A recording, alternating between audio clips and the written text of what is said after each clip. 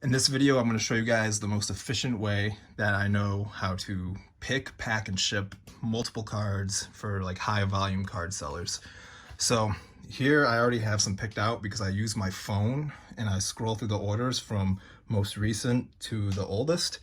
And on my phone in the custom label field on eBay, I have the location of the card. So for example, I have box 9 here.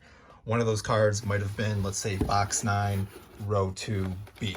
So I know to go look in this little stack here to find that card. So every card that I sell is labeled with where it's located, which box, which row, and which letter, so I can always find them quickly. So on the eBay backend here, you're gonna select all your orders and do shipping, print, packing slip, and more. I print these on normal 8.5 by 11 or whatever it is paper from a normal printer. And that's where I get the packing slips. And the packing slips, I print them on the back of my thank you note. And I also will hand write in the customer's first name at the top of the thank you note and sign my name at the bottom. Maybe write a little extra blurb. I have a video of that on my Instagram if anybody wants to see in more detail. But we're gonna go straight to purchase shipping label. I already printed packing slips. So when you purchase the shipping label, and I'm gonna be censoring all the addresses and stuff, so that's gonna be what the big black box is. But right now it's loading. So we can see here some of these things I haven't switched to standard envelope because I usually do that after I list something. 2 cards, they're still under 1 ounce. I can fit up to 3 cards and keep it under 1 ounce for the way I do it, but just make sure everything's standard envelope and the right weight, and everything looks good here. So I go ahead and just purchase that. Confirm and pay. All right, so for the sake of simplicity, I'm just going to use 2 things as an example. So the labels, when they print out, you can you want to match the first one. So this one's Mario. This order's going to Mario. So I want to start with the bottom of the pile first. So if Mario's on the very end of my label, I go to the opposite end because that's going to be the correspond with the order on the bottom of this pile. So I take the label off and stick it on the envelope without exposing addresses. So once that is on, it goes here. So this is on the bottom of the pile now, just like in there. So then the next label comes off. Oops. And that goes on. And then it goes on top of the one before it. So I'm just doing 2 that correspond with these top 2. So that way you kind of get the idea. You basically go through all your orders in that same order. So that way this pile of labeled envelopes matches with the invoice for who it's going to. Then I see it's going to the DeMarcus Cousins card. So I put my cards up here. These are all in the same order. So this corresponds with the top envelope and the top packing slip. This is the second one, third, fourth, fifth, and it corresponds with the envelope and the packing slips.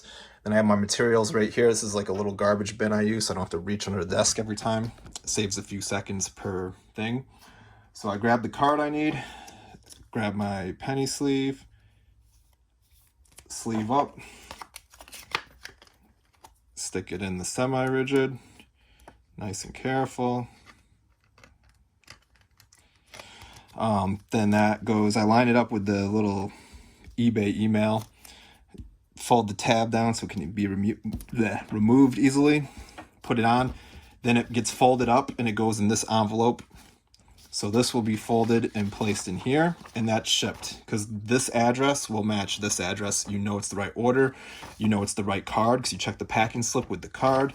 This is ready to go, and you're never going to make a mistake if you follow this process unless you really mess up. So then here we got 2 cards in this order. My next slot, my second slot, these exact 2 cards, you can double check. I put these in the penny sleeve 2. Carefully, there we go. They go in a semi-rigid.